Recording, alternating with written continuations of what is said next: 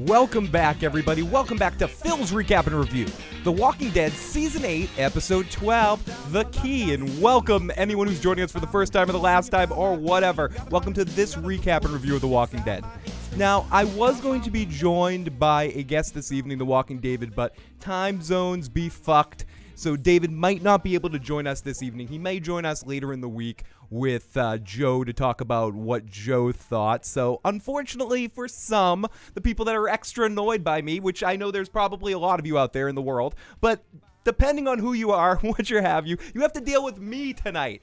I mean, I would love to hear what Joe thought about this episode because I think I might be somewhat...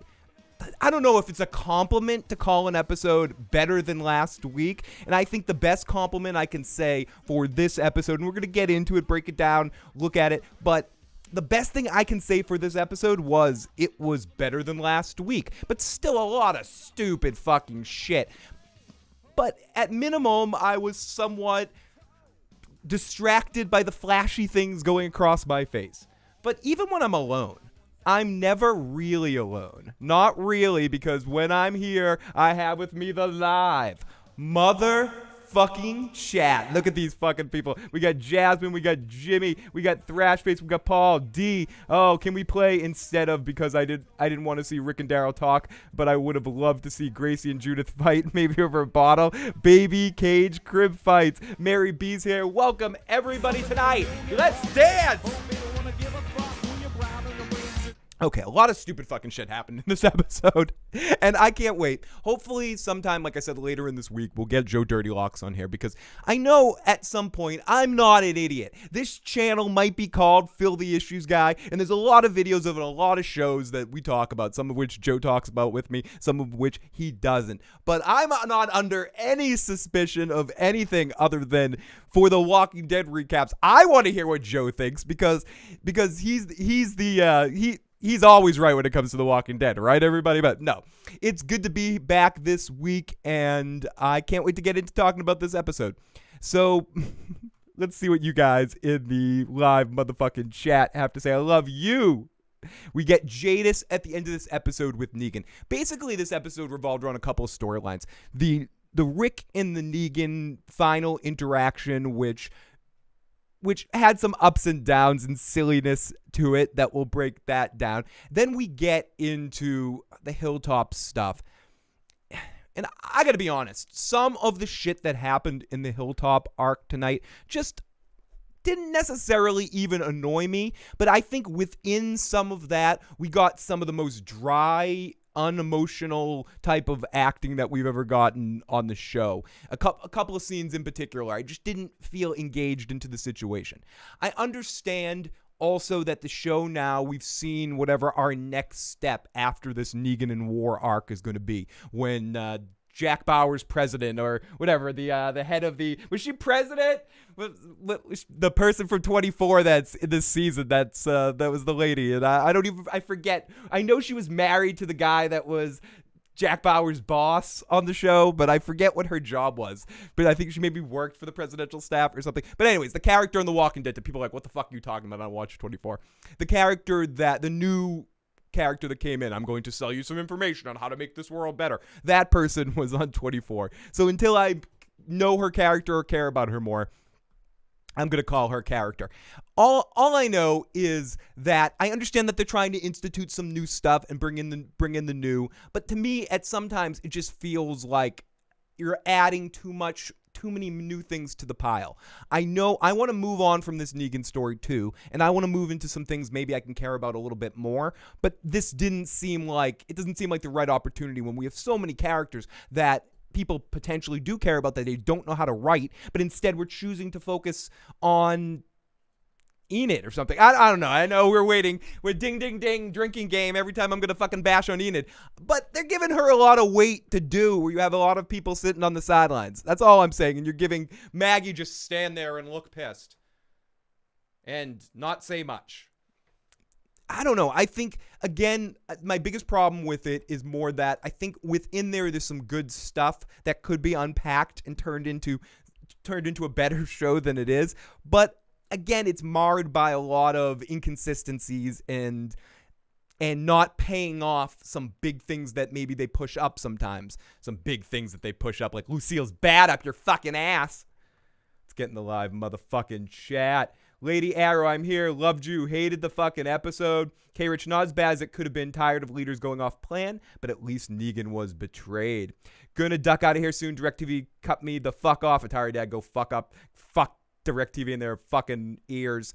Mike, great to see you as well, Mike. Uncle Patsy. Oh my God, most boring episode ever, Phil. See, Uncle Patsy, I would say last week was the most boring episode ever. I think, but you're onto a very good point here that I can't argue with you that this episode was more boring for you than last week's episode because they all sort of blend. The only thing that keeps this episode slightly more exciting for me on some level was at least it had some action. It wasn't all heavy-handed stuff. But again, I can say that all I want, but the fucking dialogue in this show is fucking horseshit. Like horseshit. I'm sorry. And that's something that, or maybe it's not the dialogue, maybe it's the way that the dialogue is delivered, but no.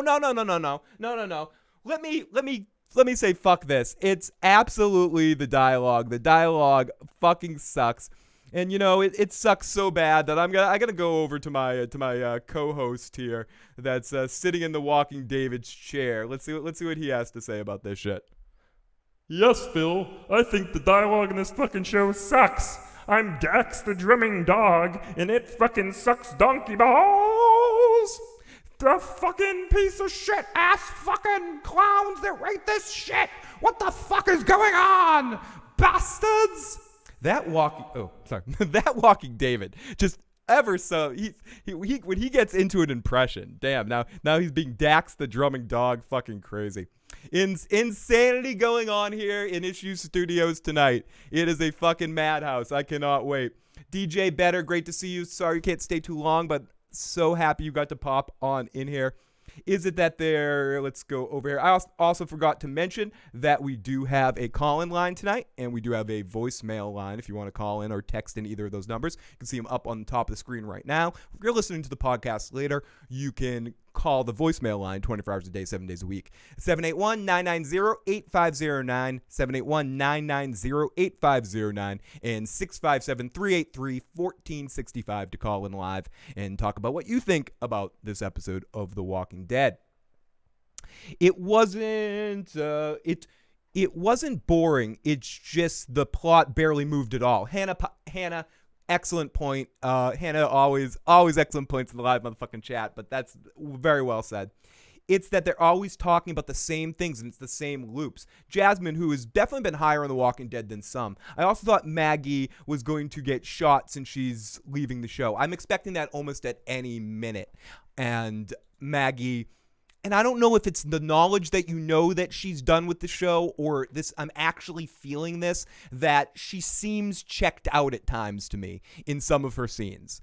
And I don't know if it's a discredit to the writers and the directors, how they're pushing her, because we've seen her do so many things and at least from my imagination or my memory or the way I feel about it, Maggie and Lauren Cohan as an actor is a passionate, can play big and can play a strong character. Whatever is going on with Maggie, and whether it's that she knows she's leaving the show and she's already got her walking papers and it's just about like doing that doing your last time there before you're getting out of there.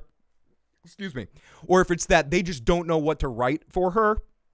Either way, she's sleepwalking, and she's been sleepwalking for a season and a half. And I don't know who the fuck's to blame for it, because at this stage in the show, and I talked about this a lot the last couple of weeks, what they should be doing is refocusing. If they want to get some of the attention of, and I know not everyone feels the way I do or feels a lot of us do, but I'm saying for the people that do feel like they're losing something in the show, I reckon I say that a lot of it has to do with the fact that there's too many characters we don't care about, too many people that aren't interesting perspective characters. The original, the core group that we still have living around, even though sometimes they piss you off or sometimes they turn into stereotypical caricatures or do things completely out of character, they have the biggest biggest potential to make us give a shit about this show again. For me, it's never going to, at least I doubt, it's ever going to be a new character introduced that makes me go, oh shit, I fucking love The Walking Dead again, or The Walking Dead's getting better. It's refocusing on the characters you give a flying fuck about. Michonne, Rick, Maggie, Carol when she's not an idiot. And honestly, at this point, Daryl, those 5 are the only ones I really give a flying fuck about.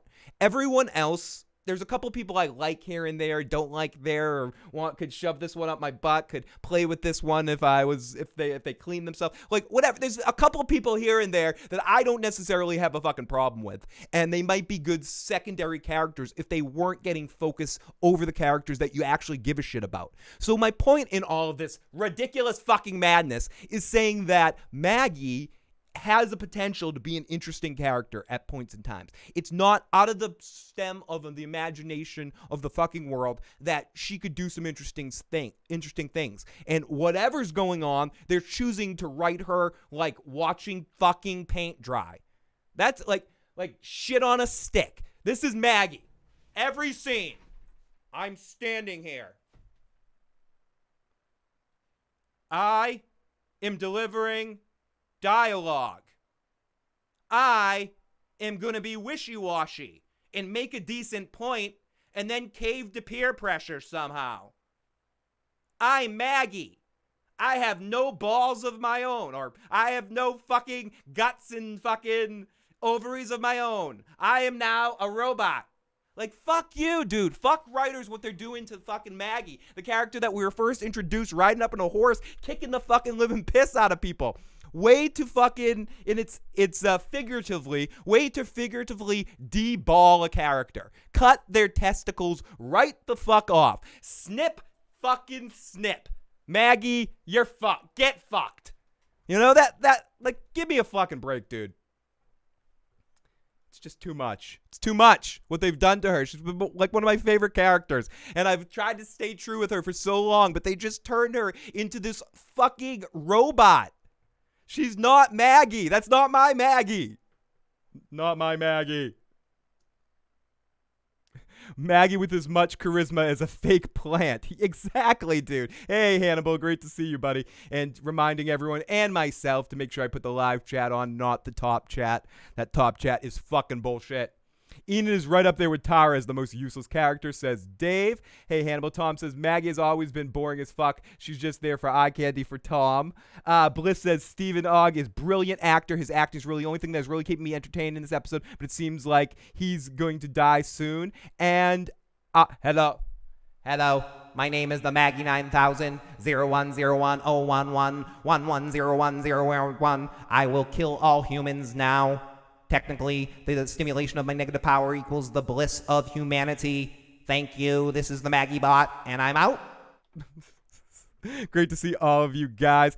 Carrot says, I was looking to her to lead them out of Rick's ditch. And guess what my point is? I think why the show is lagging, as much as I can blame it on the story, the way the writers are, the story is one thing. If characters are compelling, that can get you through a shitty story. And I think always The Walking Dead, I've never given too much of a flying fuck about the story. I think even when it's good, it's iffy. Or even when it was good, it was iffy. It was simple. And something that could just make sense in more of a character study. And looking at a what if. What if I was in this position? I can relate to that character. These are real people, or somewhat real people. And whether they're boring as fuck to Tom or whatever, Maggie was never that kind of character for me. Maggie was one of the ones that was a little bit more of a highlight. I'll be honest about Carol. When I first saw Carol, I was like, fuck this character. Could she die soon? And I kind of turned around on her. But Maggie, it's sort of a reverse that, where I started out really liking Maggie and for a long time. And now it's, as Corey said, I am the Maggie bot 3000.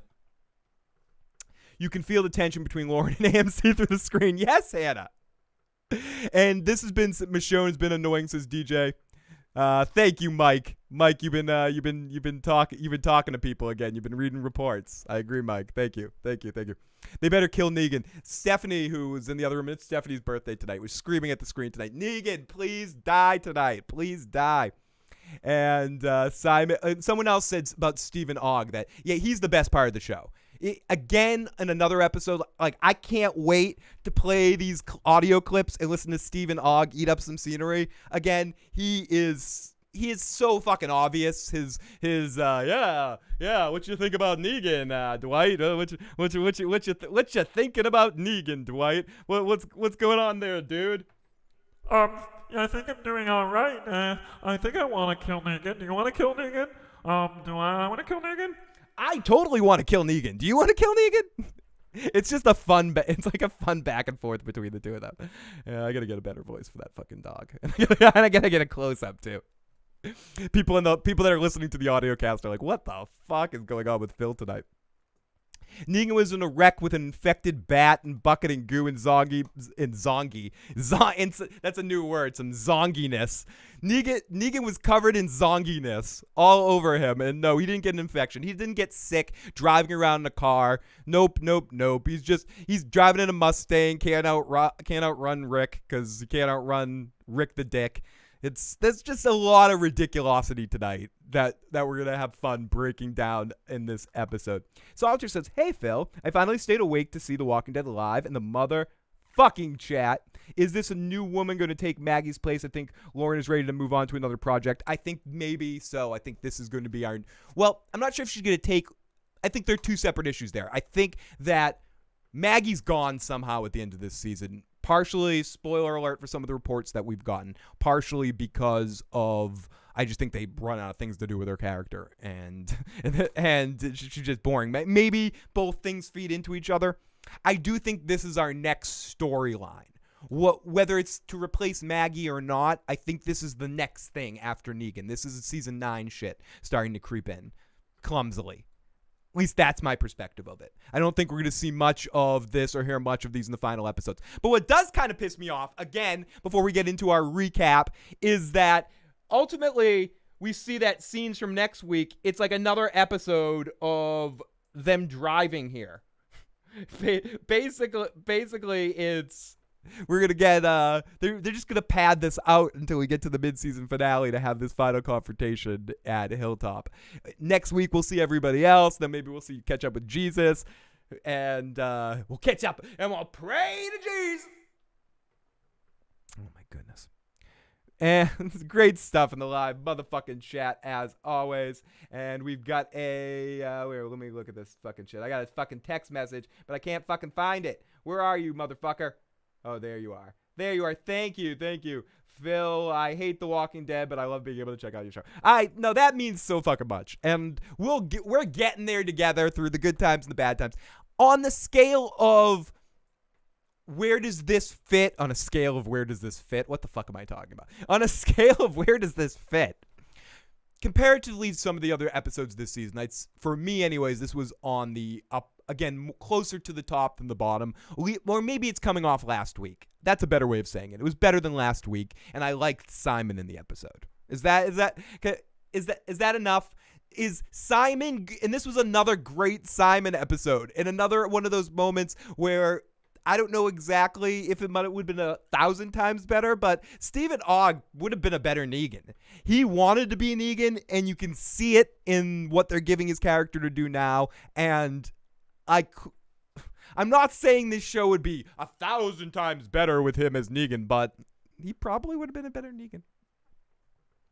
-1 out of 10 says Kane Swiss. I would give it probably a 2 out of 10 or some shit like that. Kenneth says Simon doesn't even like Negan. I feel like they made a decision to skip the whole Whisper storyline or at least downplay it. Hannah, I have a feeling you're going to be right about that. Slight comic spoilers for stuff I've read about or talked to Joe about off air.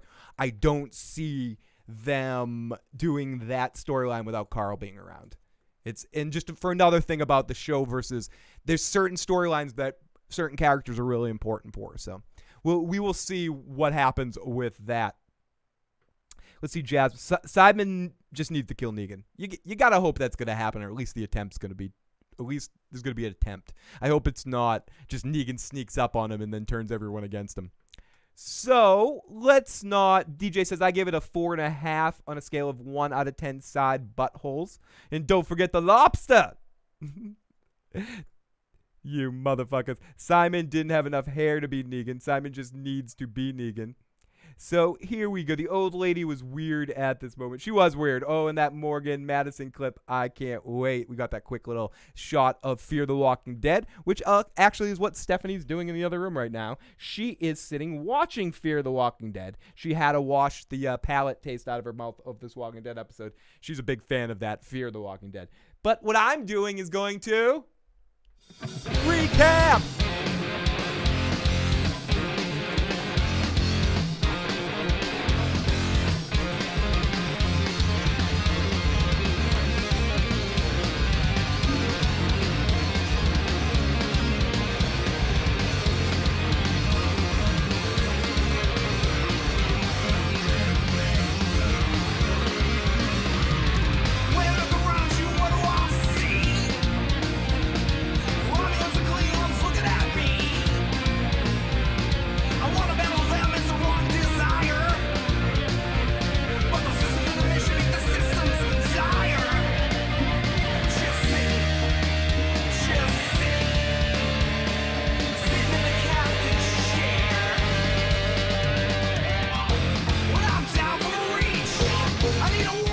Okay, welcome back, everybody. Sorry about that. Fucking ridiculosity. I had to get the energy out there before we get into our recap here of this episode. So let me get the audio clips a flowing. Get the shit a splatting. One of these days, Phil is going to jump up in TMNT boxers. One of these days, it's coming soon. Oh, thank you, Big Kev. It was fucking amazing to be on Tony's channel. Tony is amazing. Hopefully we'll be able to get Tony back here soon for maybe one of these Walking Dead casts or something a lot more enjoyable to have Tony on. But was very excited. That was totally random and was excited to be able to fucking do that. Time to do the dishes. So here we go. Yeah, exactly. My mom's screaming from the other room. Do the dishes, son. So the episode opens up, and a couple people were saying that is the relationship between, I've seen a few people say this in the live chat. Corey says, is it me or does Negan and Simon give up a Megatron and Starscream vibe? I absolutely see that. Simon is totally Starscream. Love this song. Play it on sports radio, Phil. Oh, awesome, Lady Arrow. And Simon is the best. Simon number one. Clap. Simon is the best. Simon number one. What am I drinking tonight, John? I'm drinking Yingling.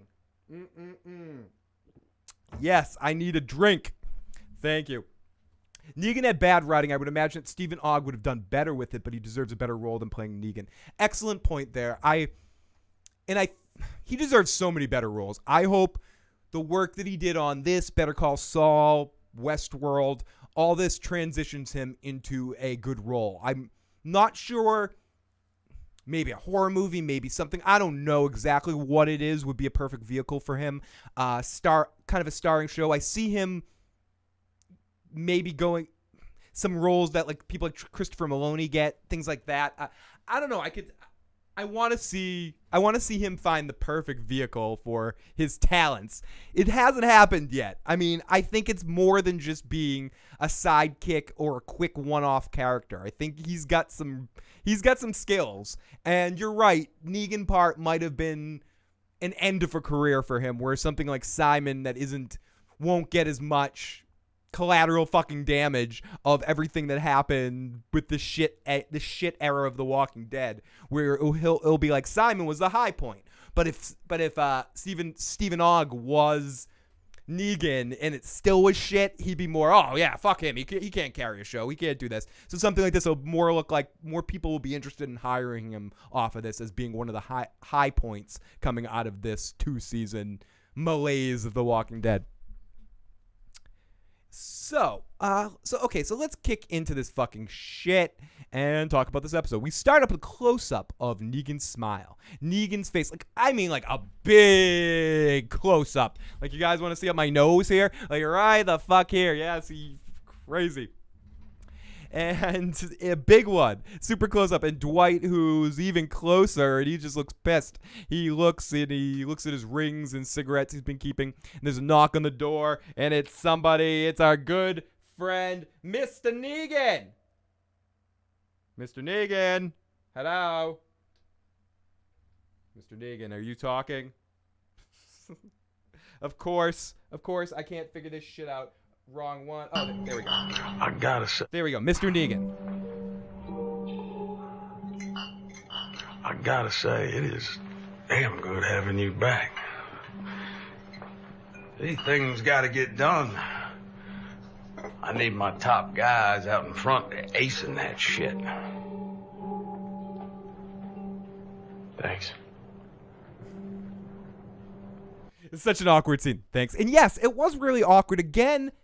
I'm sorry. Got it. I'm sorry. That's that shit again I'm talking about. That's that fucking useless, we have to be artsy at the beginning there. Why did you have to do those close-ups at the beginning? I know it's a trivial little fucking thing, but it's continuous. There's a couple shots later in the episode, like this shot of Enid and Michonne from the bottom on the top of a school bus as Enid was getting schooled with the word school there. Like, really, guys? Maybe a little on the fucking nose there? Give me a flying fuck burger.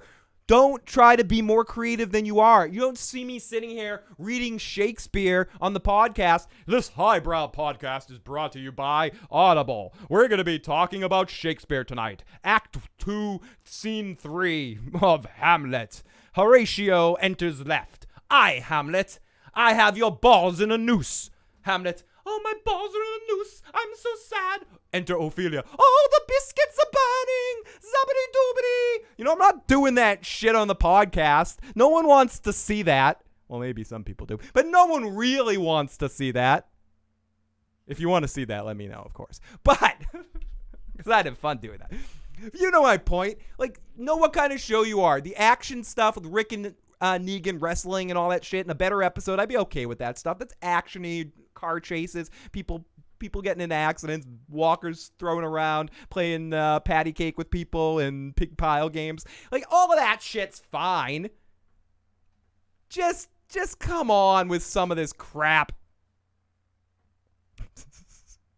The art, yeah, I need an artsy filter, Tom. I need to get like a visual, like a sepia tone thing going on here, and get all artsy, highbrow, fartsy. Get my cardigan on and shit. What the fuck, dude? I think we're going to see Dwight's wife again. Corey says, I think I'm going to rename her Alexia the Maggie 9000. Yes, Corey. I think you should do that. That's definitely a good idea, Corey. I wanted Maggie to give the lady Nickelback records. Phil and Mike play Fortnite. I've actually heard about that game. You're like the second or third person to mention that game in a short period of time to me, Mike. You can never tell if Negan is testing him because of how he talks to him. It's not that scary, it's just lame now. I agree. And it's done very purposely ambiguity. Forced ambiguity. I'm like fucking Elmer Fudd sometimes. I can't think of what I want to say. I'm like, forced ambiguity. That's all, folks. See, I'm still not used to my new setup because that deserved like a sound effect or something. That's all, folks.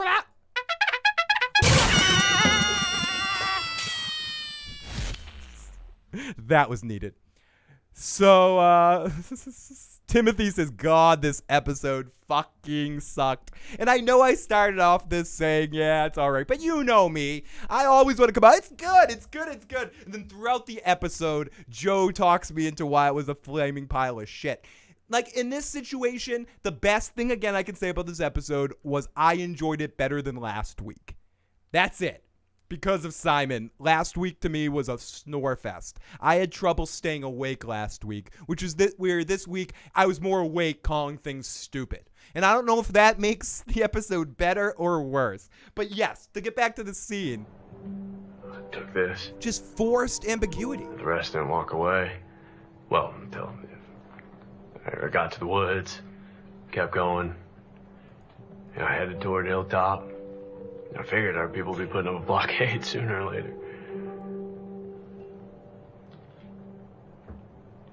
Good job. But we pulled the Oh my fucking god. Oh my fucking god. Doubletree. Doubletree. Holy shit. You were right. You were right. Again, Stephanie was saying this in the other room earlier. Is Rick blind? How the hell didn't he hit Negan once?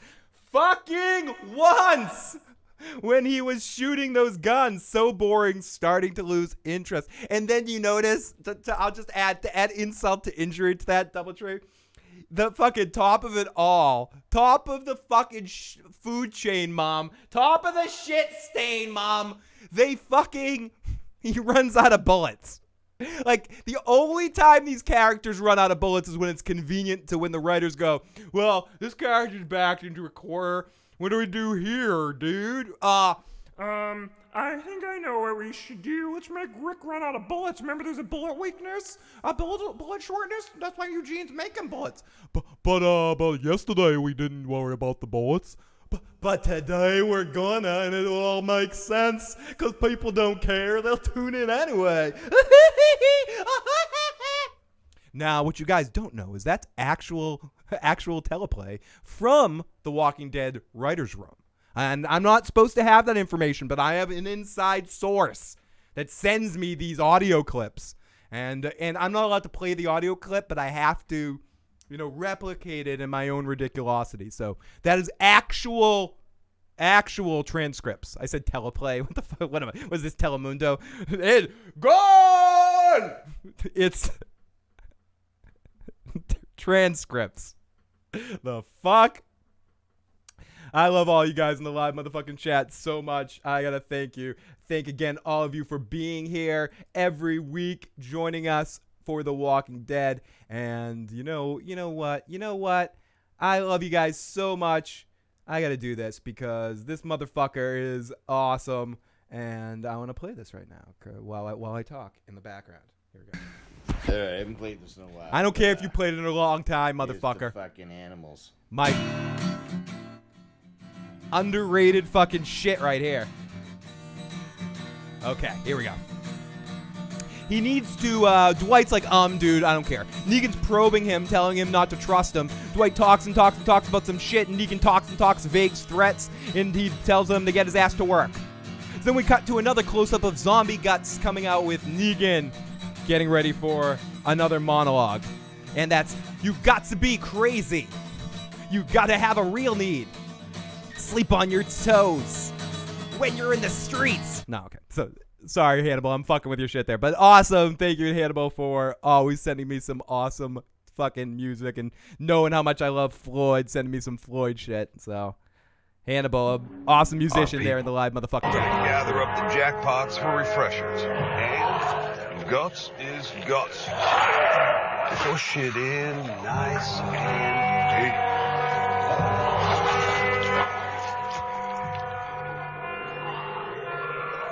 That's the stuff.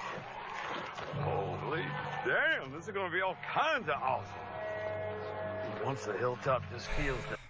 Okay, I mean, we're going to get... He has a couple of speeches, or a big, long speech here. And I guess what I can say, if I'm trying to be positive here, that if you like Negan, there's some good Negan one-liners here. And this is a decent Negan monologue comparatively to the same monologue to hearing Joe's voice in my head right now. You mean the same monologue over and over again that you're hearing 10,000 fucking times? Yes, it was a good version of that monologue. Let's continue. Play. Damn, this is going to be all kinds of awesome. Once the hilltop just feels the tip of what we are packing. He just wants to stick the tip in. Just the tip. They're going to drop to their knees, lickety-split. Lick it up, split. Yes, Lick that shit, Negan. Lick it. So, okay, so then Negan talks about what he's going to do to Hilltop, and Simon doesn't look too convinced. So we go out to Dwight, who's worried and looking to warn Rick's crew. And then Simon gives a speech about what not to do. Let's listen to a little bit of Simon's speech. Today, it's about scaring these people. We're not going for headshots, just flesh wounds. Hit a few, It's just a flesh wound. It's just a flesh wound. Leave him living, let him turn. Don't kill him.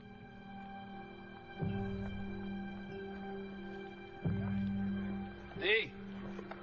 Negan's handling his own transport, so you can ride with me. Well, I'm gonna scout ahead, see if anything's coming our way. Consider it thought, but we got scouts. I love this. I love this line. We got scouts scouting. We got scouts scouting. I love that line. That is an example. If people wanted me to get very specific about what I like about Stephen Ogg's performance, and it's never so obvious, then you get a scene with Maggie. Is it with Maggie and Michonne, or Michonne and Enid? And then they flash over to a scene with Dwight and Trevor. I keep wanting to call him Trevor, and Simon. And just seeing both scenes have shitty dialogue, shitty shit going on in the shit, but he just adds this little flavor, a little touch to the way he delivers dialogue to make it fun. And he is definitely he's a shining star. He's a fucking shining star of this fucking season, Stephen Ogg. And I just love this line delivery. We got scouts scouting, right? Far more expensive. And I love the laugh, too. We got scouts. You want to scout? We got scouts scouting, Than you, which is not to say you're expendable. What's up, Tim? At all. Listen, ride with me. We make sure you're up to speed on the plan. It's what Negan wants, so I don't know why we're still jawing. I don't know why we're still jawing. He says we do.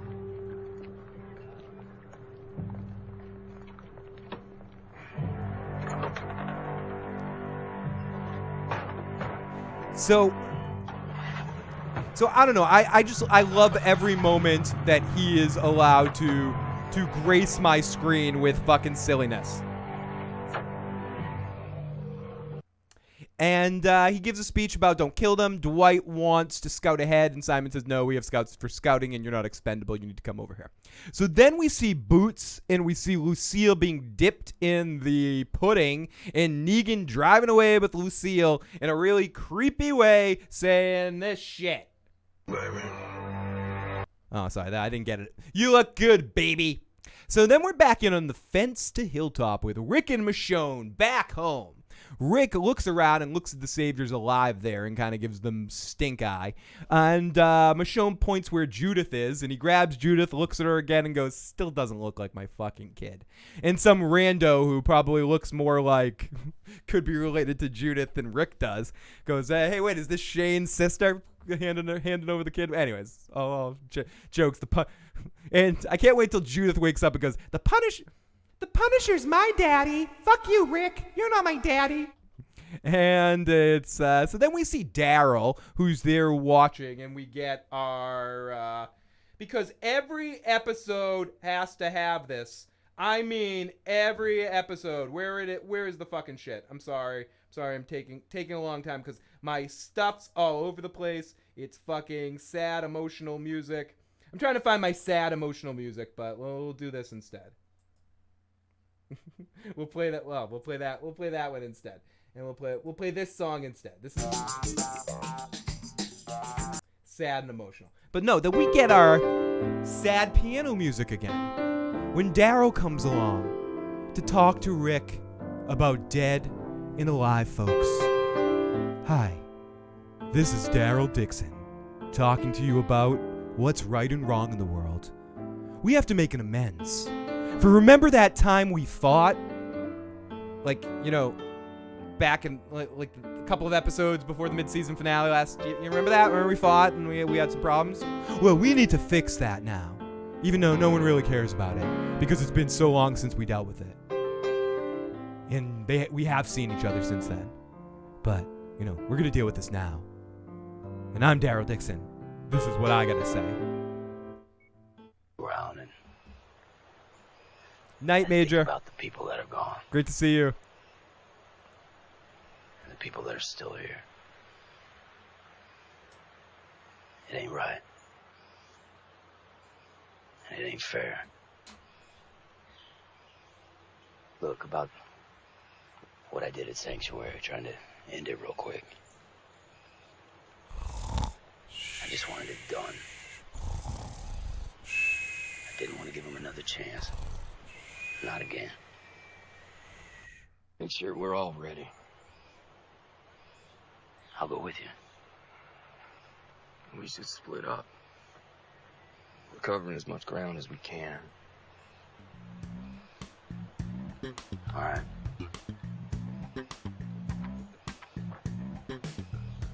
I'm okay. Yeah.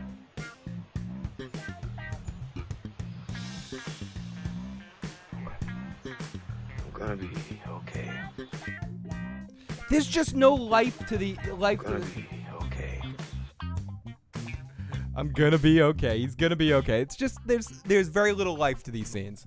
And this scene was just sort of like a low scene, but Solitaire makes a good point. This must have been an expensive episode since they had Daryl, Rick, Negan, Maggie. Oh yeah, and Enid. And so then Daryl says he thanks Daryl for getting the people here. He says, "Daryl, thanks. Thanks, Daryl. Thank you. Thank you for getting him here."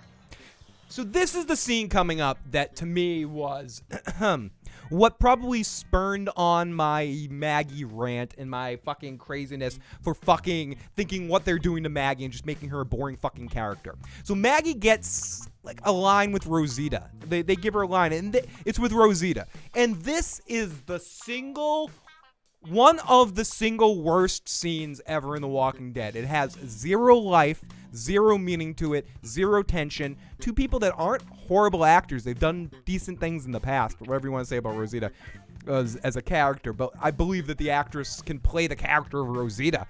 But in this moment, both of them cease to be people or characters at all. And it was just hollow folks delivering dialogue. I cannot believe this is the take they went with.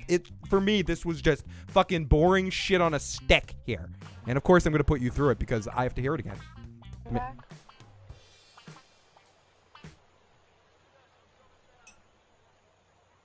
Let me just keep going.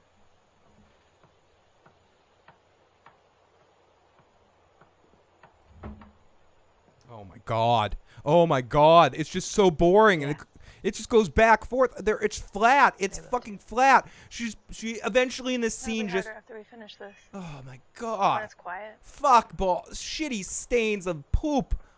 Not if Negan's dead. Donkey testicle toops. Not for Toops. me, at least. Poops. It's just a lot of crap here. I'm sorry. Not for me No. either.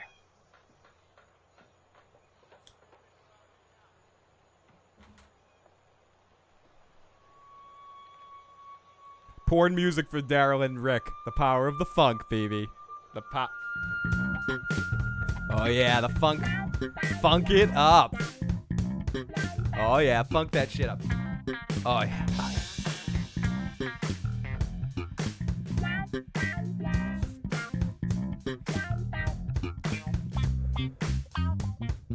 Okay, so then Maggie spots something with binoculars, 2 crates with a note or some shit like that. I don't know exactly what it is. So then we go. This is what I'm talking about. Next time, if you want to put yourself through some horribleness, rewatch the episode and watch these 2 scenes back to back. We get this Maggie, Rosita dead on arrival scene that is just no life to it. Then we go off to an equally stupid scene, but whatever. Simon and Dwight. And Simon, Stephen Ogg, saves the scene because he's fucking exciting or interesting or gives unique line reads or just cool shit that happens. So fucking Stephen Ogg, again, you win the award for the least sucky performance of the night. See? This? Have a good night, DJ. A little Have a good night, DJ. Thank you so much for joining us. As always, you are fucking amazing. Can someone please explain to me how the hell the car crash, invisible blockade, ghost, strip of nails? I don't know, Doubletree. I cannot explain to you. It was all a blink. That they cut away. They didn't want to explain it. Again, it's a writer's room thing. Hey guys, we're gonna do a car crash. How are we gonna explain this happening? Why don't we cut away for a few minutes and then come back? And then there'll just be like the aftershock, but we don't have to explain how it happened exactly.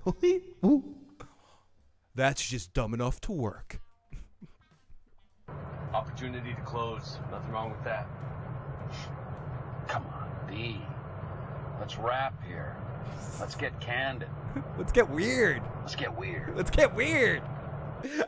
Like, it's shit like that, dude, that just makes him fun to listen to. And I start to perk up a little bit when he's on my screen on the show. I go, oh, fuck, an actor that cares, an actor that's not checked out. And again, I don't want to necessarily blame the actors, but something about what he's doing and no one else is doing.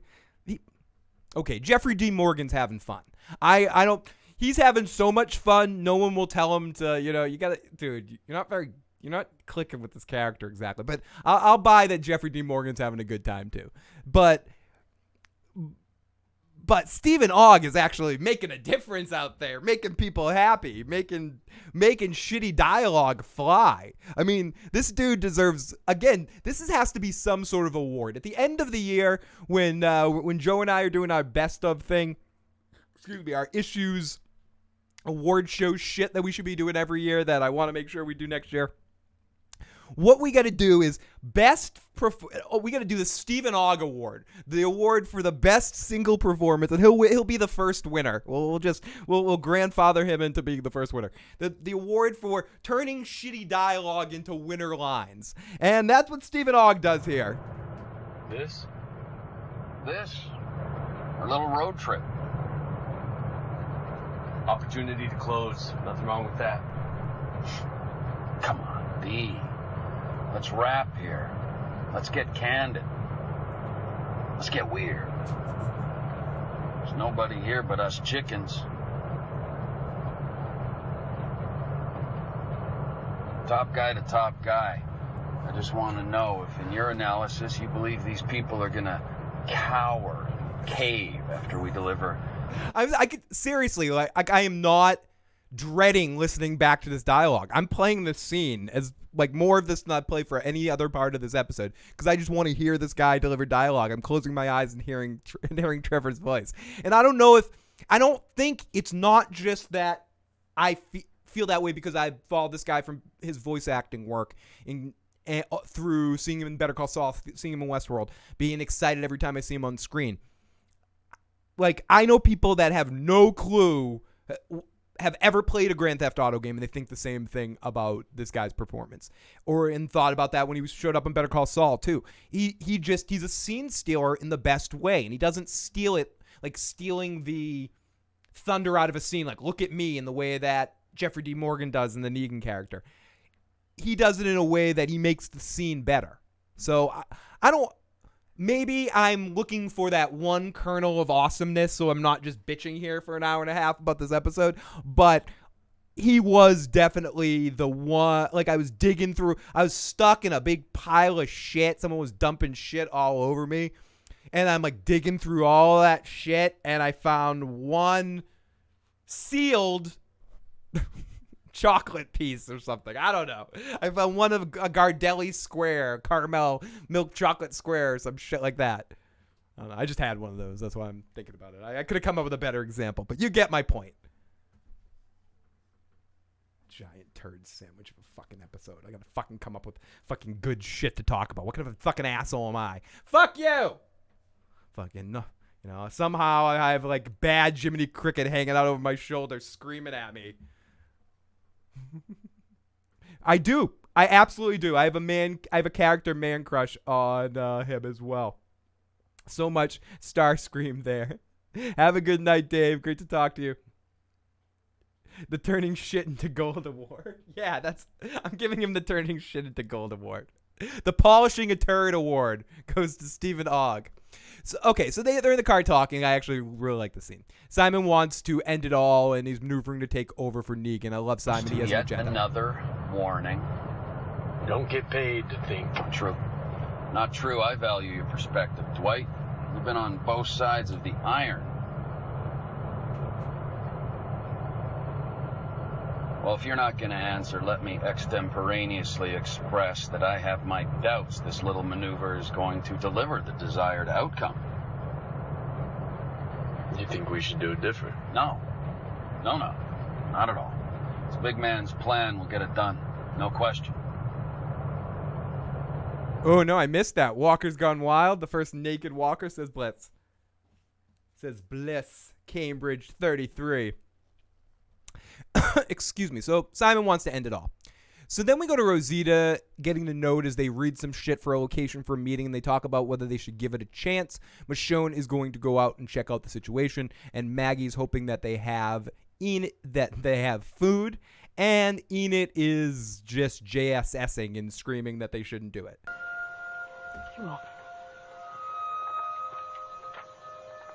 Whatever. Rick is off to listening to Savior's chatter and sees them coming and watches the music gets intense. He's going to honk his horn, but spots Negan and gets in his car and drives batshit crazy after Negan.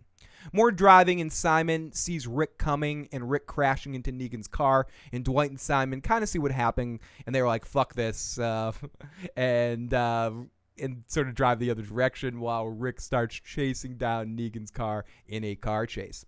So then Simon sees it all, and he's hoping this is the end of Negan, as he's hoping Rick and Negan have a close-up face car chase where they flash on each other's faces back and forth as they're both driving around. Simon starts to lead and tell folks that Negan can handle this shit on his own, and they have to stick to the plan. Simon and Dwight are going to check things out on their own, and everyone else needs to calm down and stay in line because this could all be a trap. It's a trap.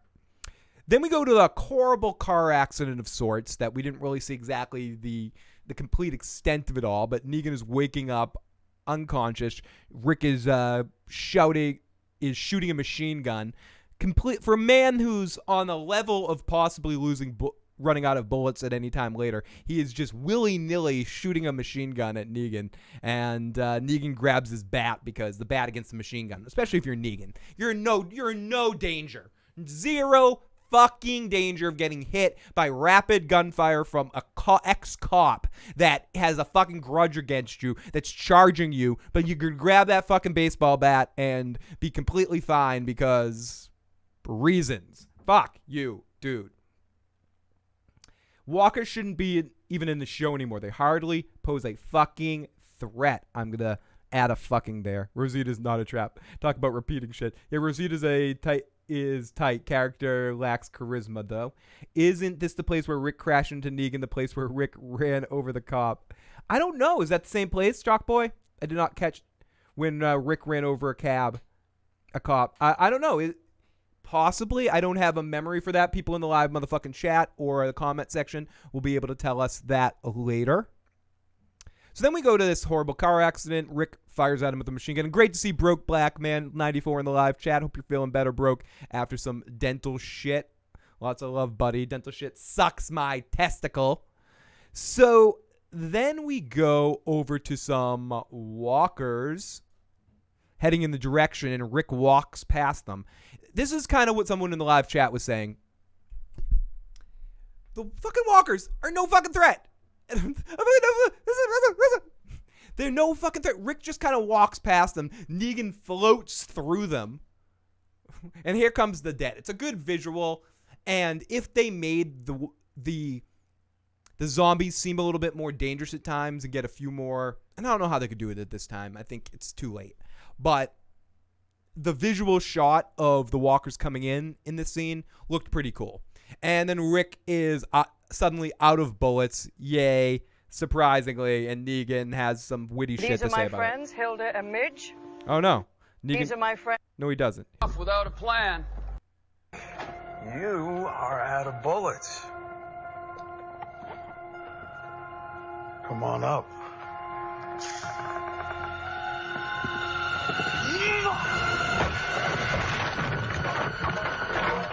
So Rick ends up throwing the axe out of him, and Negan knocks Negan over, and Lucille falls down a giant hole that looks like, and Negan goes, no, and Rick goes to chop off his fingers. While he's holding on, he goes, you fucking prick, and Negan falls, but of course he'll survive. Atari Dad says, silly Rick, cars only explode when we shoot them in the movies. Corey says, am I the only one hoping for a Scooby-Doo sequence when they run into a hall full of doorways and begin randomly chasing one another? And Chalkboy says, Corey, you're slightly speeded up and play the Benny Hills theme. Dun, dun, dun, dun, dun, dun, dun, dun, dun, dun, dun. And then Corey adds, this is how that scene should have went. Negan, ha, Rick, you're out of bullets. Rick reloads, well, fuck you, and shoots him.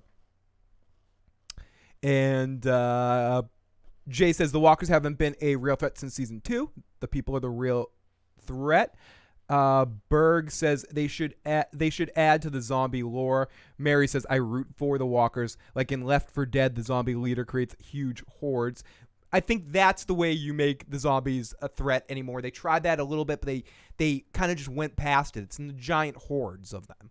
And not enough's been done with that concept. We saw it a little bit in end of season 6, or was it the beginning of season 7? Or beginning of 6? I forget when they did all that stuff, the quarry, when they had to move the giant hordes and stuff. I'd love to see more of that come into play, but that's not how you make more money. That's not how AMC makes more money.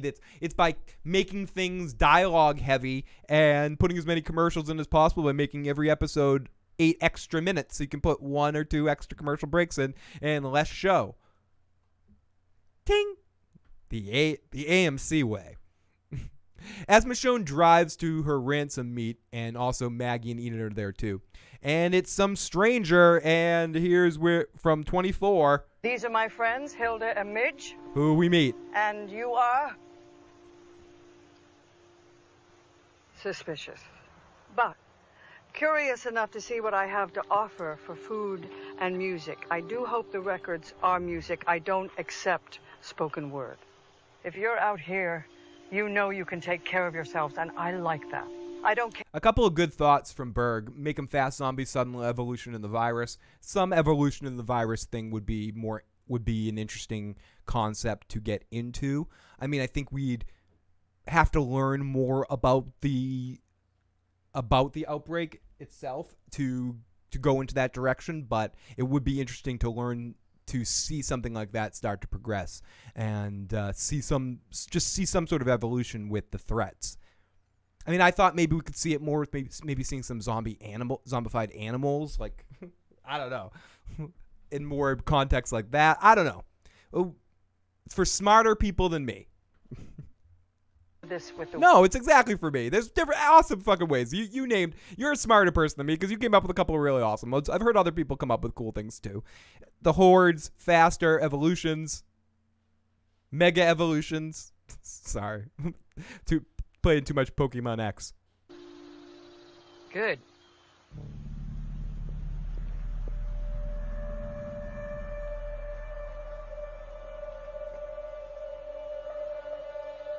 Ain't it? Hannibal says read Cell by Stephen King.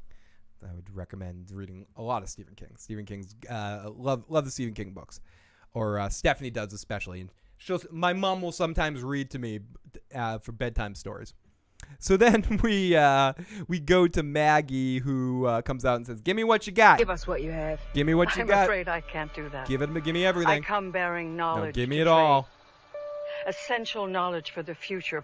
Oh, essential knowledge for the future. In my head, and I prefer to keep. Should we imagine what Joe would say? People in the live chat right now, I'd love you guys to know as we play the rest of this scene. I'd love you guys to tell me what would you imagine in the live chat Joe Dirty Locks would say about this scene right now. Yes. You're trading knowledge. That's what I have. I've made the same offer before. Fill the crates, get the knowledge. Simple as that. It's not a trick, just a fair trade. I promise you. It's an act of benevolence. Why would you do that? What else should I do?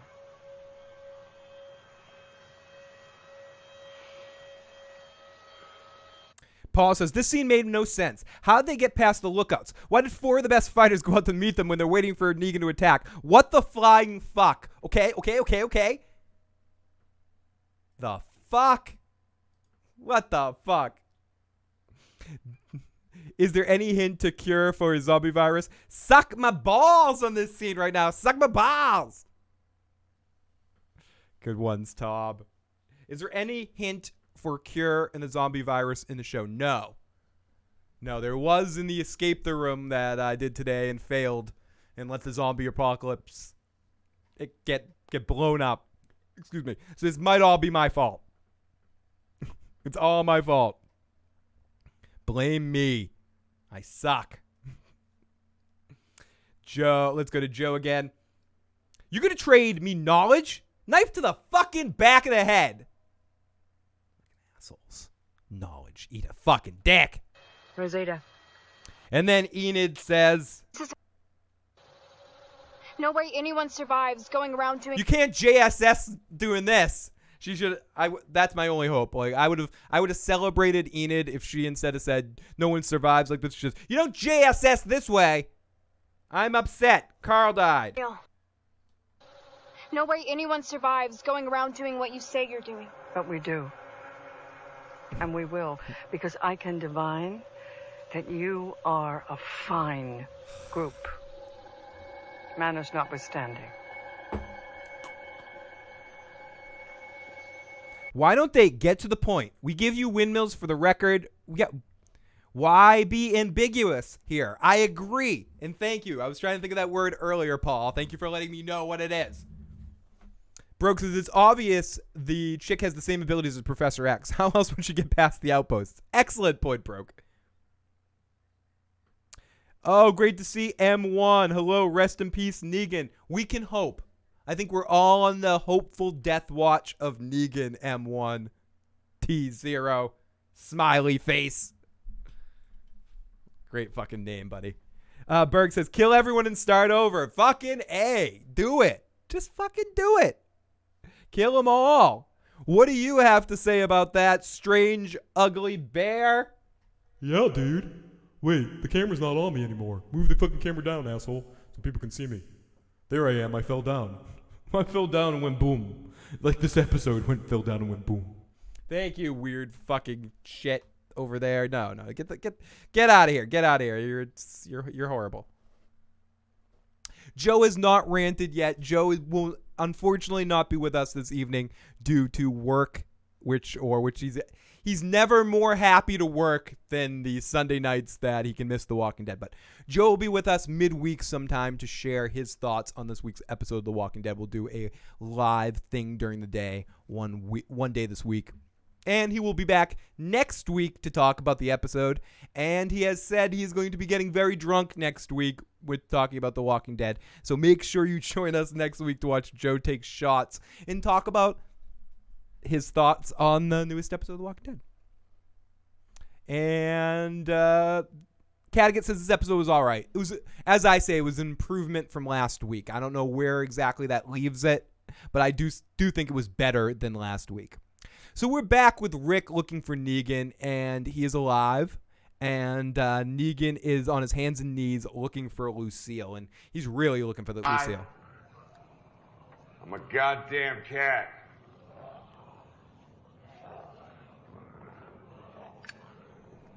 Come on, baby. Do it, baby. Where are you? Do it.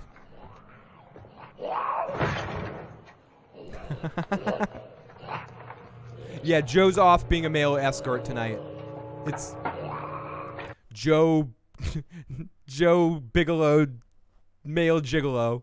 Joe's off doing what he needs to do to keep bread on the table to feed the crow. So so he's out there doing business. The crow's out there walking animals, pet sitting, flying all over the place, studying. Studying's going to be the most amazing warg. I mean, what better position for a warg other than working with animals? So it connects to animals on different levels, like Vulcan mind melds with them and shit. It's amazing. And Joe's the male escort, so it's a good parallel for the Dirty Locks family. It's good stuff. So, fire Lucille, Joe Gigolo. We need Joe Gigolo rants. You know what he is. He was a gigolo. He's a gigolo-aunt. So, let's continue here. We're back with the Rick looking for Negan. He's alive. Oh, fuck yeah. So, Negan continues. He talks something about, like, crossing dicks or something. As I play this clip, I'm going to run really quick and get a beer. I will be right fucking back. Let's put Joe's face here just to keep you company while we play this scene. No, you're working through some shit, the worst kind of shit, I know. But if you aren't the most stubborn know-it-all prick I've ever crossed dicks with, Why didn't you just let me save you, Rick? I'm good at it. I saved everybody at the sanctuary, the outpost, Hilltop, Kingdom. I saved them all. They're kids. Grow up safe. They didn't lose one after we took over. All those people were doing just fine before Rick Grimes.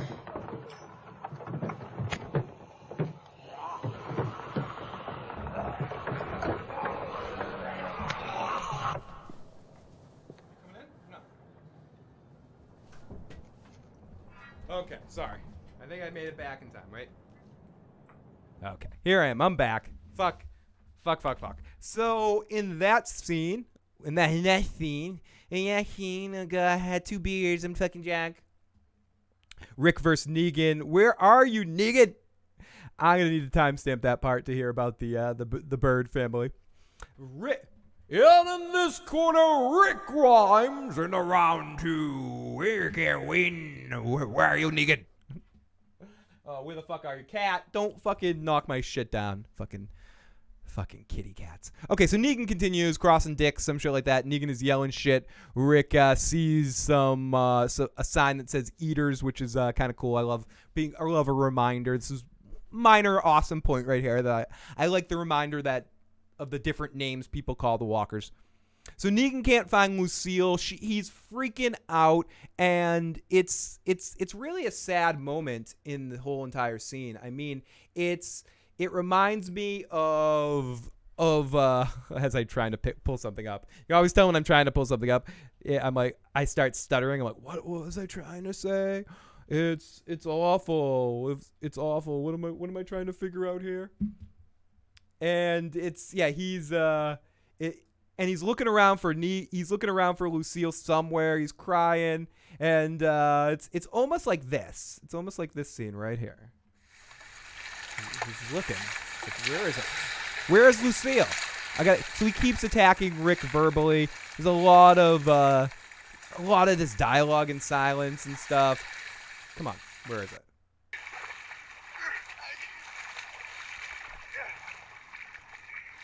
See, this is what happens when you do a live show. You can't have things prepared. Well, I wanted to have the Wilson line from Tom Hanks. Wilson. Anyways, he's looking for Lucille.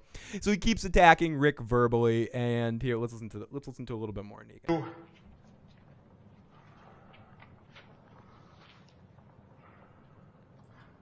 A one-time deal that I will make in the memory of your badass son, someone that I actually respected. I'm sorry.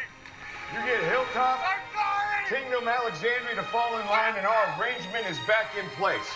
And you are forgiven, Rick. Well done. I will lower my take from 50 to 25%. A lousy 25%. But you gotta come work for me. Janitorial to start. Not bad at all. Your people, they get to live like 75%. So he tries to do this whole fucking thing where he tells, just because he really needs Lucille back. He's offered him 25%. Rick is just like, fuck you. What about the trash people? You killed the trash people. And Negan realizes that Simon went against his word and killed all those folks. Okay, before we go, is this the end of Lucille? No, Lucille will never be done. I've seen that old lady from House of the Cards. She played Kathy. She wasn't bad. I thought she was quite convincing. I believe she was also on 24 as well, as I mentioned. We've got 2 people waiting on the phone lines. Let's take a couple calls. First off, we got, I believe, Jay. So let's take Jay's call and see what Jay's up to tonight. See if this works. The phone lines. Hello? Hey, Jay, what's going on, buddy? Can you hear me? Yeah, what's up? A comment and a question. Do it. Comment is, and this is pure speculation because I no longer watch the show, so I can't be, have like figured this out or something. But maybe Negan dies by getting beaten by Lucille in the head. And my question is, before when I asked you if Negan would turn out to be a better villain than the governor, you said unequivocally. Do you still feel he's a better villain than the governor was? No. And Jay, do you know what I'm going to say to that? I'm gonna say that sometimes I am. I'm sorry, I'm stalling. Sometimes you're a talker. I'm a talker. Listening to talkers makes me thirsty. That makes me thirsty. Many more words come pouring out your. I'm talking about myself here, not you. I'm gonna have to eat every fucking chicken in this room. Yep. And I gotta blow up. Bam! I was fucking wrong. I was fucking 1,000% wrong, dude. 100 billion fucking times wrong, Jay. So, and that's your answer. Love you, buddy. I'll talk to you soon. So good to have Jay as always. And yes, I'm fucking wrong. And we also have area code 781. I think I know who this is, but I don't like making assumptions as I'm a big enough ass as is. So caller, who are you? Where the fuck you calling from, dude? You know who I am. Yeah, Hannibal. How's it going, buddy? Hey, what's up, brother? No, I was just saying, how come people think this Negan dude is a badass? I mean, I think I could whip his ass. I mean, he's got a bat. Steal his fucking bat. Beat him in the head with it when he's fucking sleeping.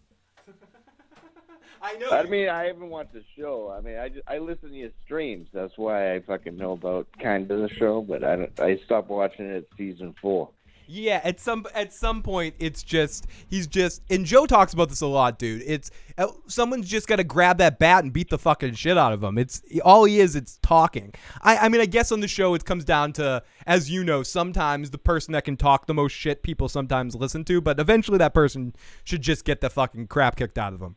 Because I think Negan's more lucky. Yeah, but he tough. sounds like a pussy, though. He sounds like a fucking, I'm not going to say the word, but he sounds like that. And I think Rick could take that motherfucker. Yeah, I agree. I mean, the old Rick. I don't know if there's a new Rick.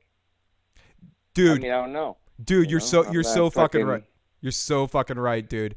And Hannibal, thanks for the call, buddy. Hannibal is absolutely right because Rick has proved himself. You're telling me that Negan is tougher than Mayor Joe Hale there, or the guy from the Claimers that Rick fucking bit his fucking face off.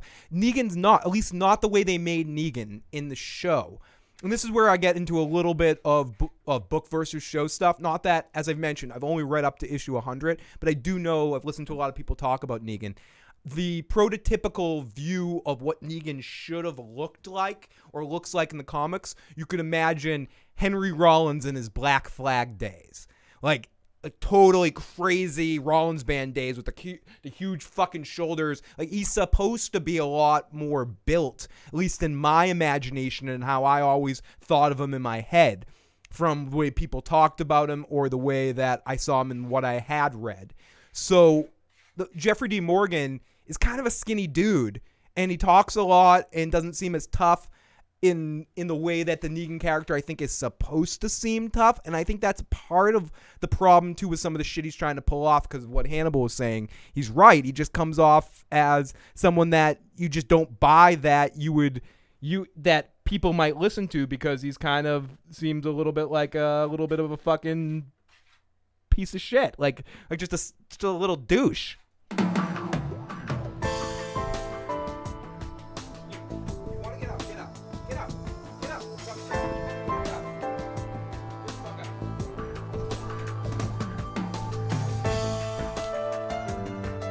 I don't know. I have like a problem against dead silence, so I have to like play a stupid music cue when I let my fucking cat out of the fucking door.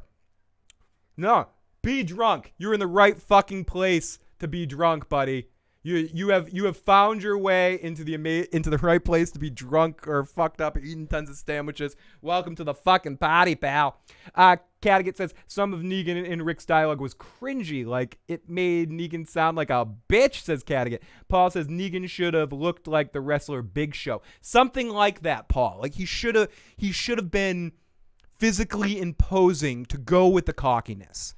And Jeffrey D. Morgan they don't make him seem that big and tough, but I think that's something that should have been. Comic book Negan is a badass. TV show Negan's a scrawny little bitch, says Tom himself. Fucking every fucking chicken in this fucking place. Negan is a better opposing force than the governor in concept, I would say. Thank you, Phil. You just said everything the Walking Dead critics don't have the balls to say because they don't want to offend the actor. He's a good actor, and I think he's good in certain fucking parts. But he is just completely fucking mismatched for this fucking part. From the standpoint of believing that someone could get away with the cocky shit that Negan says. He needs to be a bigger fucking dude. He needs to look like someone said The Big Show or Young Rollins or so many other fucking, I don't know why Stone Cold Steve Austin just popped in my fucking head for some reason. I don't know, just someone that's just big and imposing and almost like not a bodybuilder physique, but pretty fucking big. And Jeffrey Dean Morgan just doesn't have the physicality for it. Whatever. Or misdirected. Very possibly, dude. Very fucking possible. Okay, let's continue with this fucking horseshit. So then Rick says, not this. I'm mentioning, I'm having fun. I'm getting silly. I'm getting a little fucking buzzed and having a good time babbling to you guys about this episode. But ultimately, this episode is not as offensive to me as last week's was. And I've said that like 2 or 3 times. I'll probably say it 5 more times. Just to have like a point of reference, just to gain a little bit of perspective here. This was a slight improvement from last week's episode. But what I don't like is just an overall arc thing. I'm going to get to it at the end, but scenes from next week pissed me off more than anything. You mean it's another week? How long are they going to drag out the drive to fucking Hilltop? You know, you think one episode is enough for a drive to Hilltop? It's just an hour time. Like, this whole episode wasn't even a day. Come on, can we speed up the time a little bit? Because does this really help you write more compelling stories to have time go at a snail's pace? No, honey, no, sweetie, Walking Dead, no, baby, don't do that. Sit on Uncle Phil's ketchup couch. Sit over here, get squirty. Tell me your problems. Tell me what you don't like about yourself. I'm listening. Like all the fucking shit. I'm here. Come on, talk. What the fuck? Fuck. Negan we got was the edge. We need Stone Cold. I guess when I think about Stone Cold, I think about the way he like talks shit. And I imagine Negan. I always imagine Negan being that kind of professional wrestler. I always thought if they did Negan on the show that they would cast some really charismatic professional wrestler to do it, or because I didn't think Rollins could pull it off from an acting standpoint, and he's older now and he can't play the part.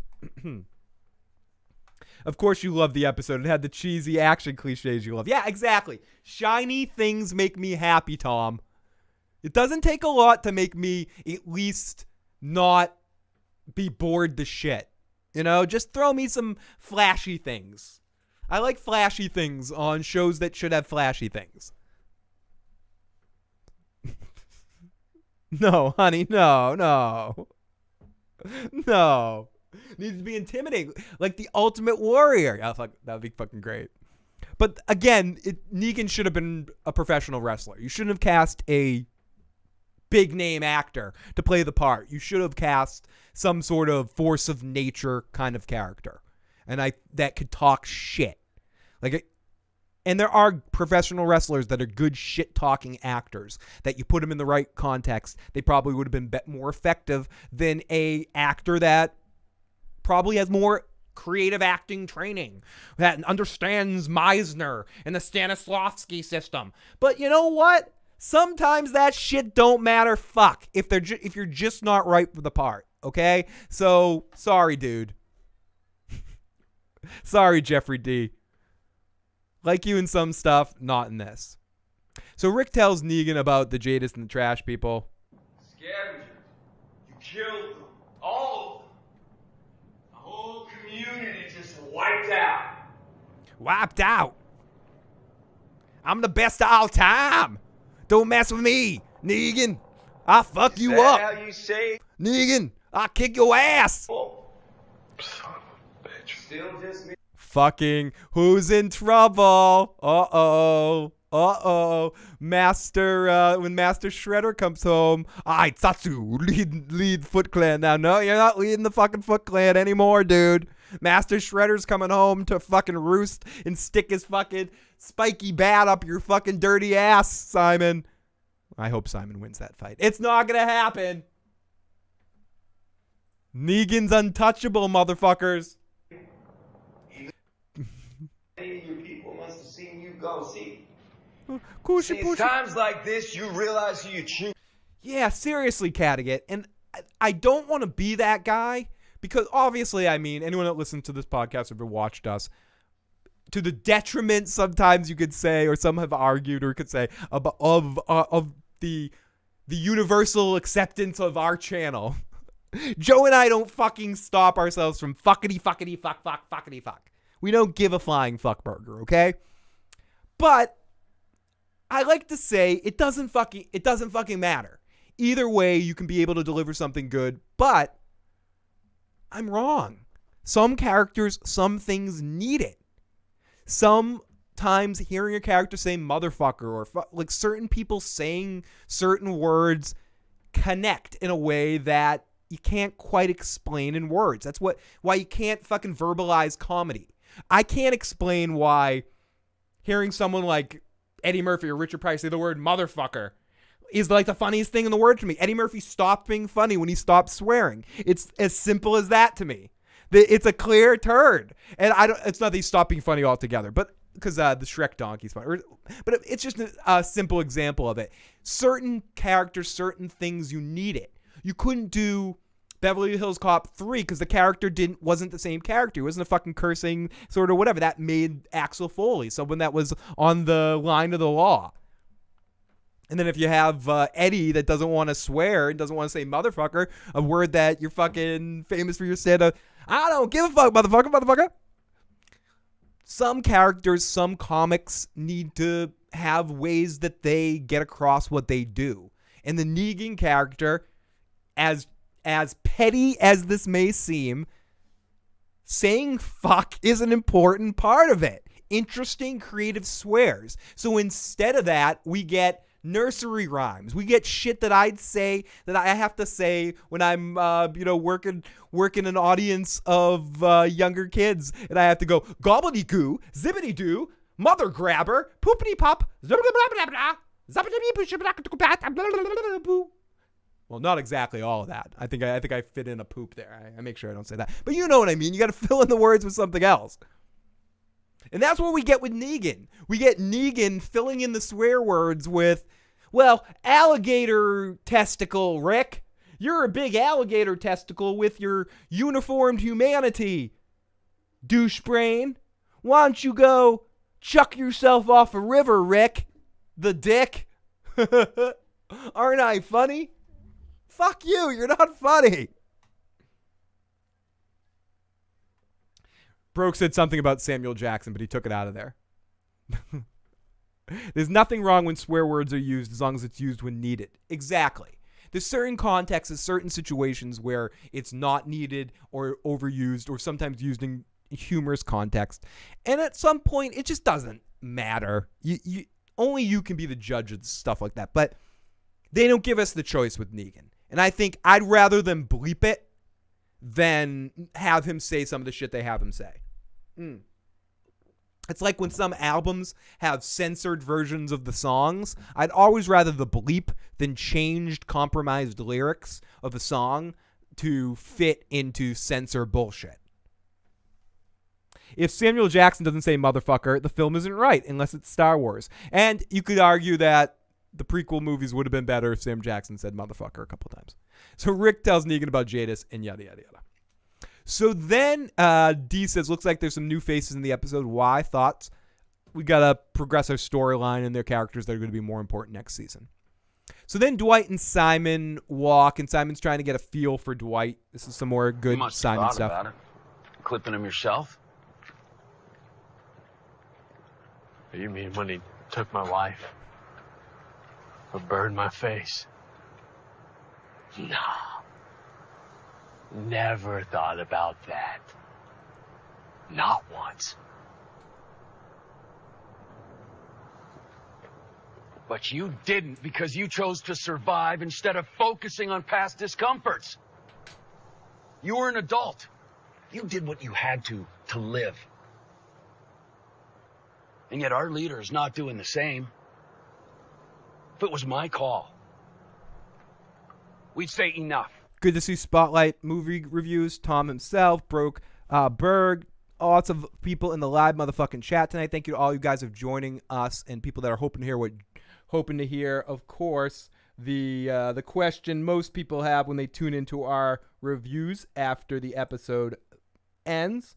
They want to know, what did Joe think? What did Joe think? What did Joe think? Was it good or did it really fucking stink?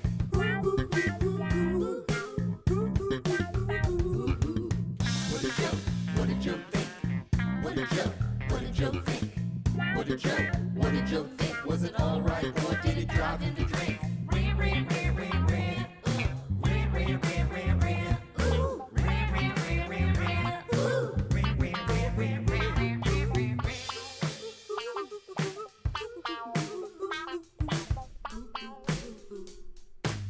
like I believe as Tom just put in the chat here, motherfucking dick suck cunt fuckity fuckity fucker fuckers.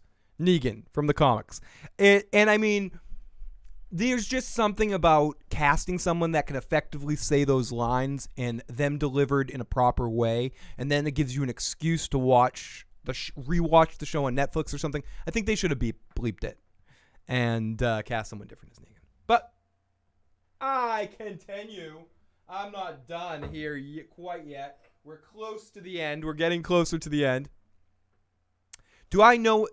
I think everyone, we can all predict what Joe's going to think about this episode. And as I said, I will talk to him midweek, or at least talk to him at the beginning of next week's episode about what he thought about this.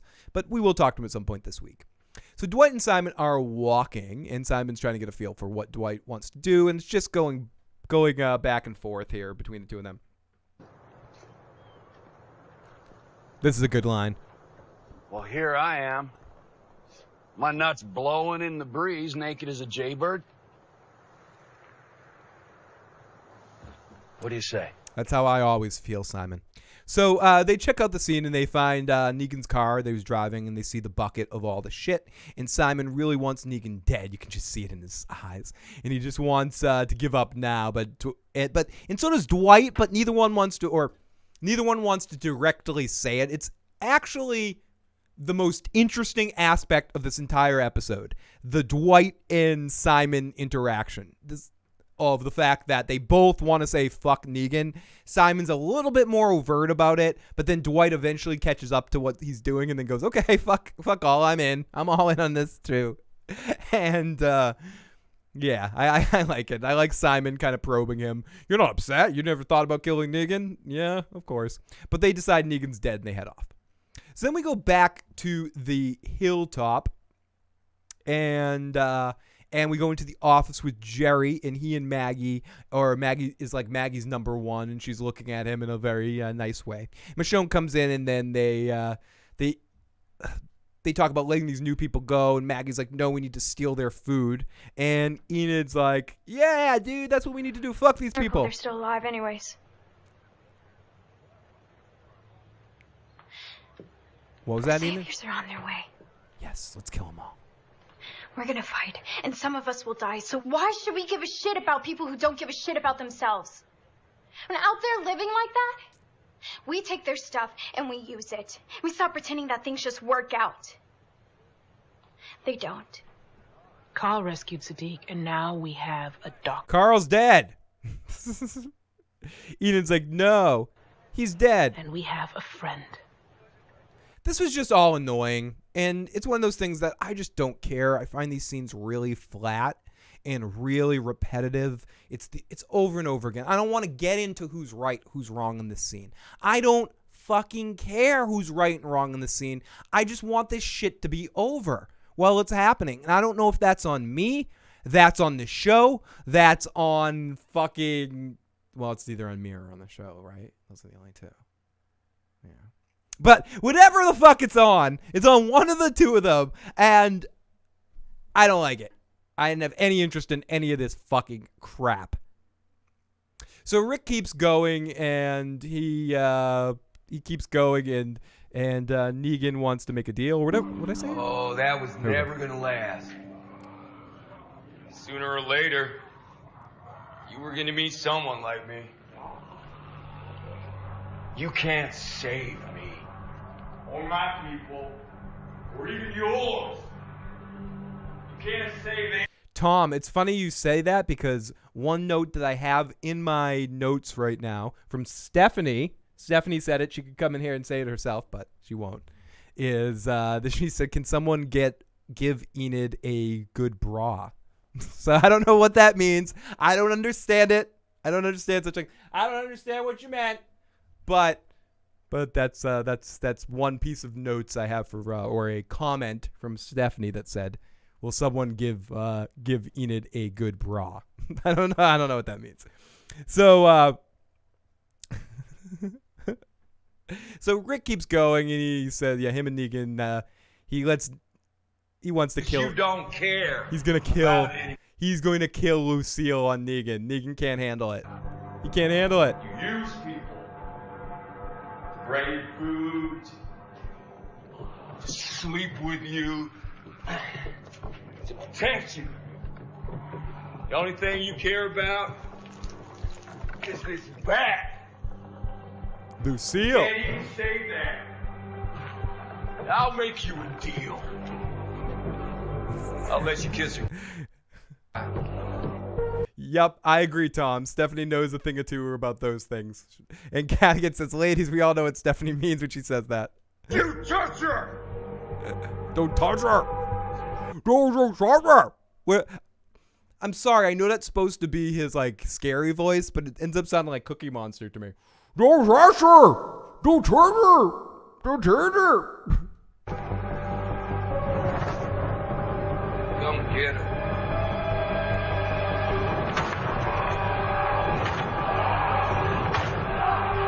And then he burns her, and he tries to bash the shit out of her. So we come back in, and Negan is wrestling Rick to try to get Lucille back. Walkers are coming in. He's like, "Get your dirty hands off her."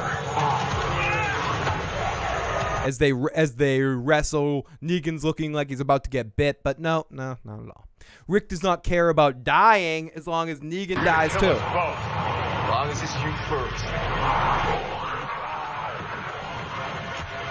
So he doesn't give a shit, but ultimately Negan grabs fiery Lucille, and this is all much to do about nothing as he bashes his way out of there. And easy peasy, lemon breezy.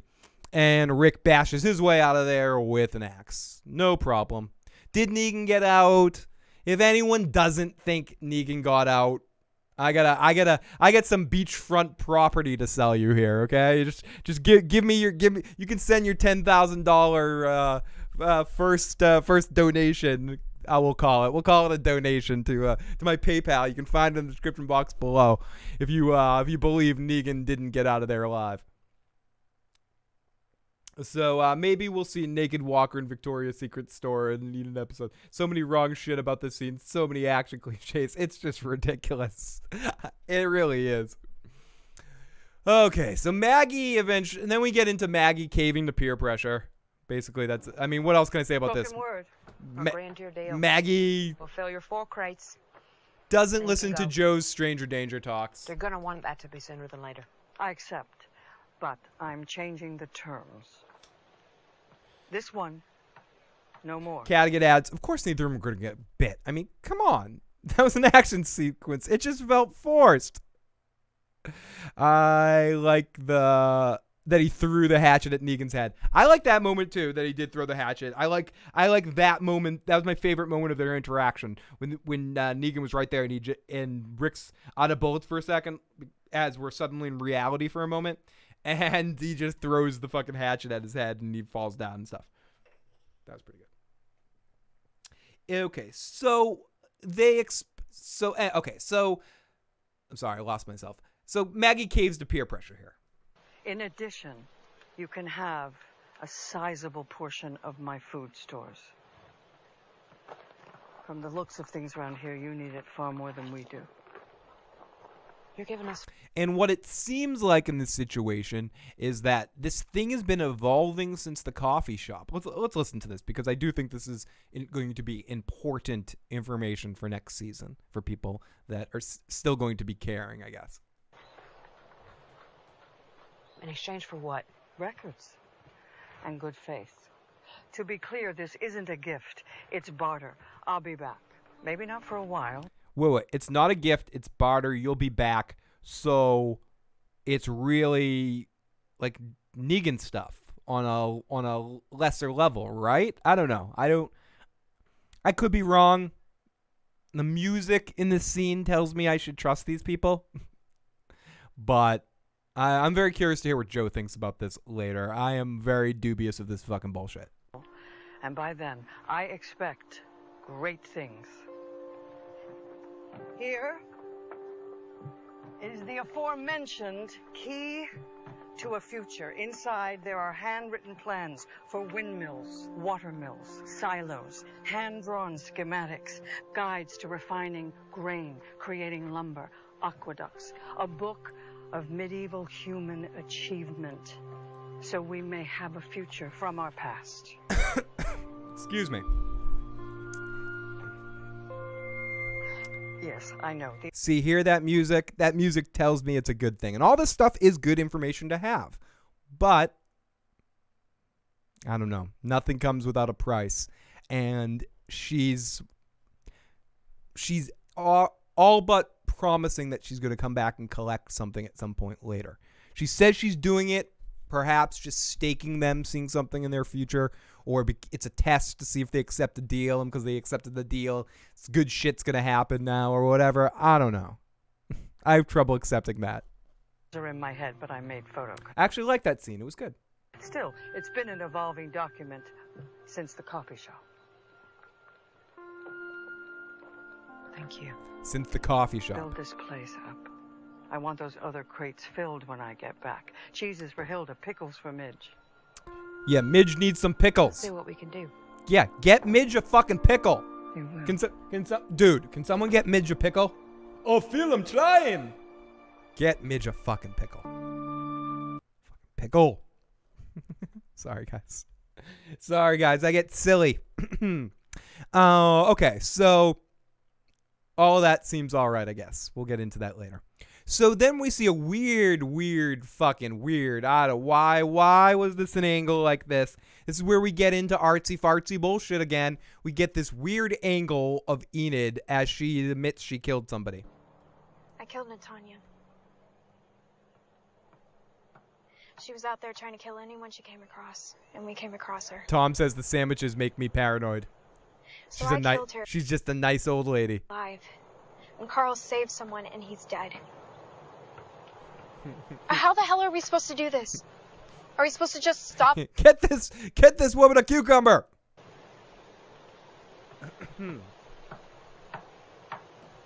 I don't know. I'm not sure if I can listen to all this. So we just get this, and we get this top of the school bus.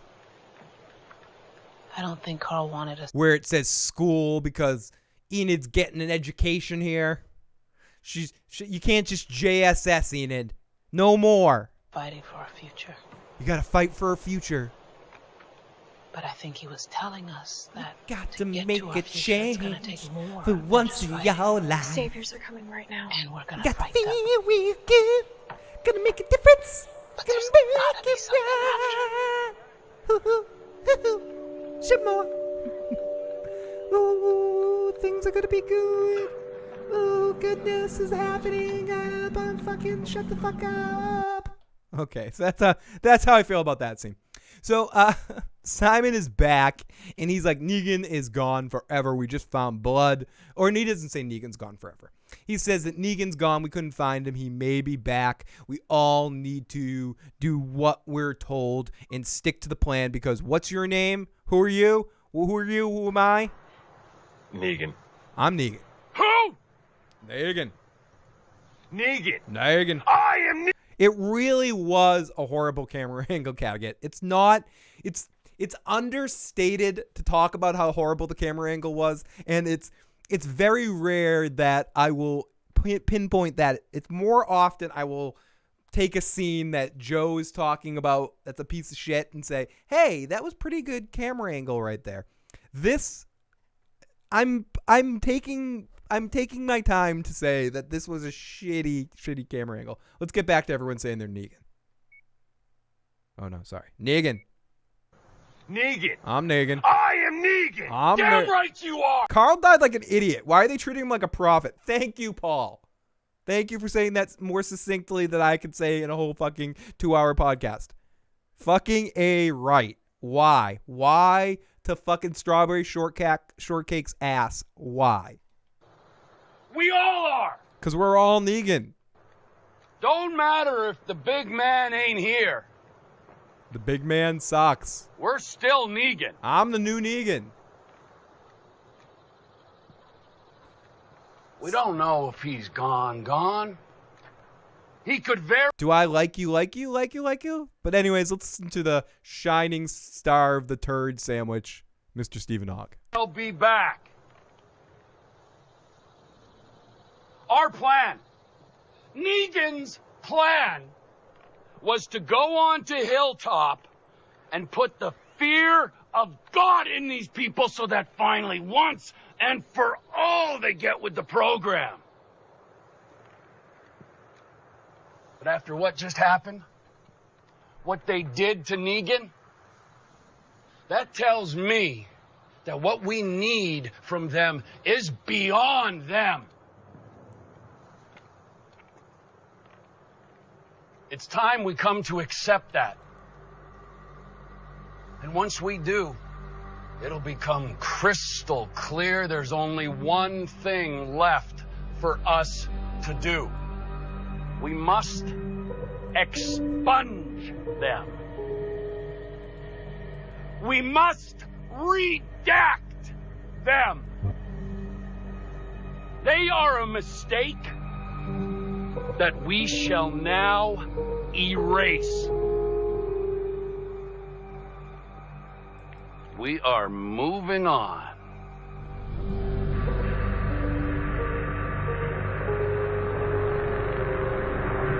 For Negan! Yes! For Negan! I'm Negan, motherfucker. Are you Negan? I'm Negan. I'm feeling it. I'm angry.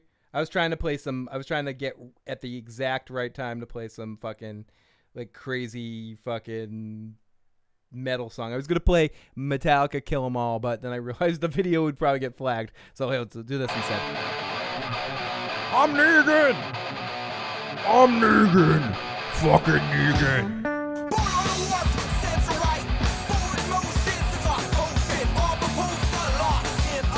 So then, sorry. So then ultimately, like, the episode sort of just putters out here at the end. Simon says you heard all that. Then we go off to Negan's face in the passenger of a car, and he wakes up, and it's Jadis, who has him at gunpoint, and he says, aw, shit. And then next week, we see Carol and Rick and Morgan and the kid, New Carl, or Walking Dead Ollie. We see Maggie and Jerry. We see the trucks arriving. We see another episode of waiting for the saviors to get here. So I think without a shadow of a doubt, next week's episode is going to be the saviors getting there. And the end of the episode will be the saviors arriving, which will lead into the following episode, which will be when it actually, whatever confrontation we have at Hilltop actually happens. So fuck. So let's start to wrap things up here at the end. We got to expunge. Let's take a couple more live motherfucking chat comments and check to see if we have any text or anything like that. But if anyone wants to get any last minute voicemails in right now, 781-990, where the fuck, let me go over here. 990-8509, and our phone lines are open for another 10 minutes. So if you want to get one last phone call in, now is a good time. But we're going to start to wrap things up. Thank you, Big Kev. Have a good night, dude.